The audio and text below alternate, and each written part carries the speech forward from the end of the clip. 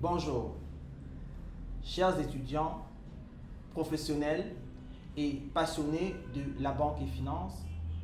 Nous allons aborder aujourd'hui la suite et la fin du marché monétaire de la CEMAC. La CEMAC qui est entendue comme la communauté économique et monétaire de l'Afrique centrale.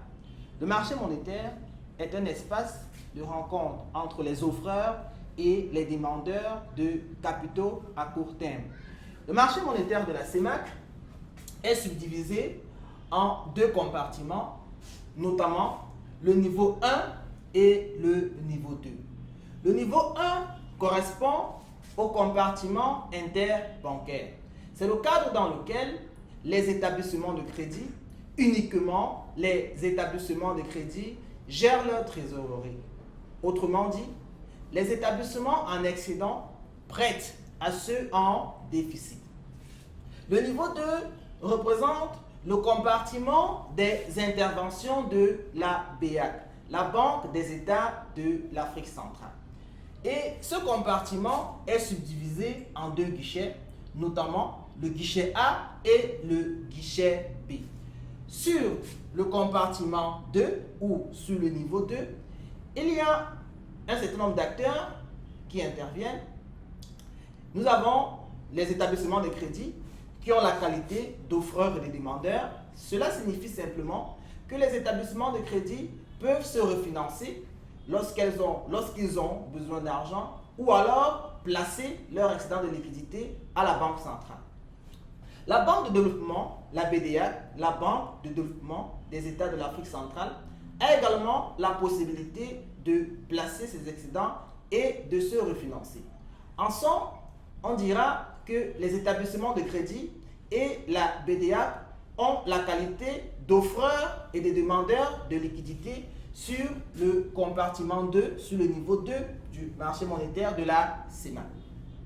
D'autres acteurs interviennent, notamment les établissements de microfinance de deuxième catégorie qui respectent des conditions édictées par la BA afin d'accéder à ce marché, la caisse d'épargne postale, la caisse de dépôt et de consignation et le trésor public. Ces entités ou alors ces acteurs que je viens de citer ont la qualité d'offreurs. Ça veut dire qu'ils ne peuvent que placer les liquidités sur le marché et non pas la possibilité d'emprunter. Vous allez certainement vous interroger sur le compte 2 du Trésor public. Il faut dire que depuis 2011, au niveau de la BEAC, il existe un marché des titres publics où l'État, le Trésor public, peut émettre des titres et obtenir en contrepartie des liquidités. Et sur le marché des titres publics, interviennent également les spécialistes en valeur du Trésor, que sont les établissements de crédit. Je pense que nous aurons la possibilité ou l'occasion de revenir sur le marché des titres publics dans nos prochaines vidéos. Le guichet A, qui est le sous-compartiment du niveau 2, est le cadre dans lequel la Banque des États de l'Afrique centrale mène sa politique monétaire. Au niveau du guichet A, les établissements de crédit interviennent pour placer leurs excédents et aussi pour se refinancer. La Banque centrale profite dans une logique inverse. La Banque centrale injecte les liquidités sur le guichet A et ponctionne les liquidités sur le même guichet.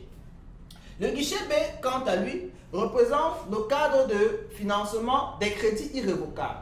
Il s'agit des montants de refinancement que la Banque des États de l'Afrique centrale a accordés aux établissements de crédit et dont elle ne peut plus revenir sur les conditions de montant et également de durée. Nous avons ensuite les crédits d'investissement. Il s'agit des crédits également que la Banque centrale accorde en termes de refinancement aux établissements de crédit afin que ces entités puissent booster l'économie. Voilà présenté de manière générale le marché monétaire de la CEMAC. À présent, nous devons, n'est-ce pas, aborder les opérations qui sont réalisées sur le marché monétaire de la CEMAC. En termes d'opérations, il s'agira principalement de parler des opérations d'injection de liquidités qui visent à augmenter la quantité de monnaie dans l'économie et les opérations qui visent à ponctionner, c'est-à-dire réduire la quantité de monnaie dans l'économie. La Banque centrale va demander aux établissements de crédit de faire des propositions en termes de montant et de taux d'intérêt qu'ils souhaitent se voir appliquer. Les établissements de crédit vont donc proposer des montants et des taux d'intérêt. Il faut dire que la Banque centrale ne fait pas le bénévolat. Dans cette opération de refinancement, elle va obtenir des intérêts qui seront payés par ces établissements de crédit. En procédant au déploiement, elle va sélectionner les montants dont les taux sont supérieurs ou égaux à son taux de référence. Et à partir de là, elle pourra décider du montant qu'elle pourra allouer comme refinancement à ces établissements de crédit-là. Nous pouvons l'illustrer à travers un exemple. Déjà, prenons l'hypothèse ou le cas que dans une économie, il y a deux banques, la banque A et la banque B, qui ont répondu à l'appel d'offres de la Banque centrale en proposant pour la banque A le taux de 1400, en proposant pour la banque A 1400 au taux de 5%, 1600 au taux de 5,5, 2000 à 6 et 1800 à 6,5. Pareillement pour la banque B. Le taux de référence de la Banque centrale qui correspond au taux d'intérêt des appels d'offres est de 6%. La durée de l'appel d'offres, 7 jours, et le montant que la Banque centrale souhaite injecter dans l'économie en termes de refinancement s'élève à 5 000. Il est question de déterminer les montants dont les taux d'intérêt sont supérieurs ou égaux au taux de référence de 6%. On se rend donc compte que 5,5% et 5 seront exclus. On va seulement prendre en considération le taux de 6% et 6,5%. Donc, la première chose à faire, c'est de calculer les totaux. 1800 plus 2000 pour trouver le total. Nous avons effectivement 3800. 2000 plus 1500, nous avons 3500. 1600 plus 500, nous avons 2100. Il faut préciser que on doit s'arrêter à 6% qui est nous allons nous arrêter au taux de 6% qui en principe correspond au seuil fixé par la Banque centrale. À présent, nous allons continuer avec le cumul. 3800 qui est le total, plus 3500 nous donne 7300.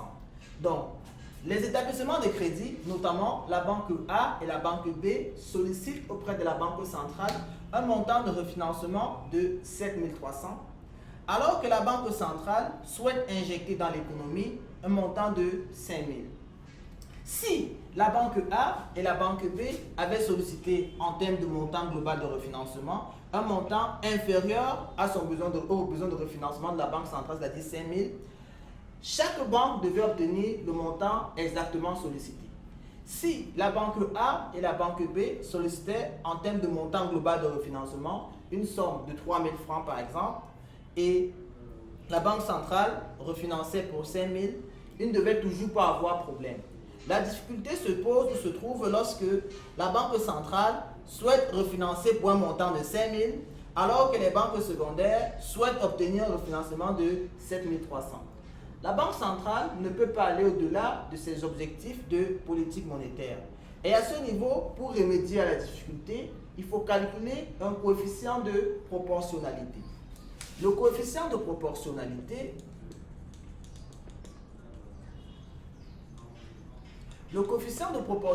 correspond au montant de refinancement de la Banque centrale divisé par les besoins de refinancement des établissements de crédit. Ça veut dire ici, pour trouver le coefficient de proportionnalité, on fera simplement 5000, qui est le montant de refinancement de la Banque centrale, divisé par 7300. Le coefficient de proportionnalité nous donnera pratiquement, après calcul, 0,68. C'est le coefficient de proportionnalité. Et ce coefficient de proportionnalité permettra en réalité de calculer la part de la banque A et aussi la part de la banque B. Lorsqu'on détermine dans les parts de la banque A et la part de la banque B, il faut bien calculer maintenant les intérêts à payer à la banque centrale dans le cadre de ce refinancement. Et le calcul des intérêts, cela peut être effectué à travers deux méthodes ou deux approches, l'approche française et l'approche hollandaise. Nous allons commencer par appliquer l'approche française pour déterminer les intérêts à payer par la banque A et la banque B à la banque centrale, la BA. Déterminons la part que recevra la part de A. A recevra relativement au coefficient de proportionnalité 2000 plus 1800, le tout multiplié par 0,68. C'est le calcul de la part de A. Ensuite, pour la part de B, nous aurons 2000 plus 1500, le tout multiplié par 0,68. Le calcul de la part de 1 nous donne 3224 et celui de la part de B nous donne 2240.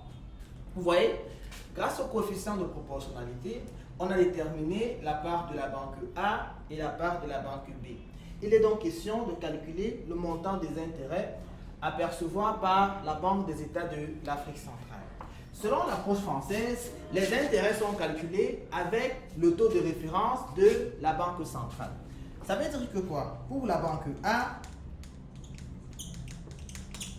on fera 3224 fois. Le taux de référence de la banque centrale, c'était 6%. N'oubliez pas, on a dit que le taux de référence de la banque centrale, qui est le taux d'intérêt des appels d'offres, c'est 6% fois la durée de l'appel d'offres qui était également de 7 jours. Vous vous souvenez très bien. La durée, 7 jours divisé par 36 000. Ça, c'est les intérêts à payer par la banque A dans une approche française.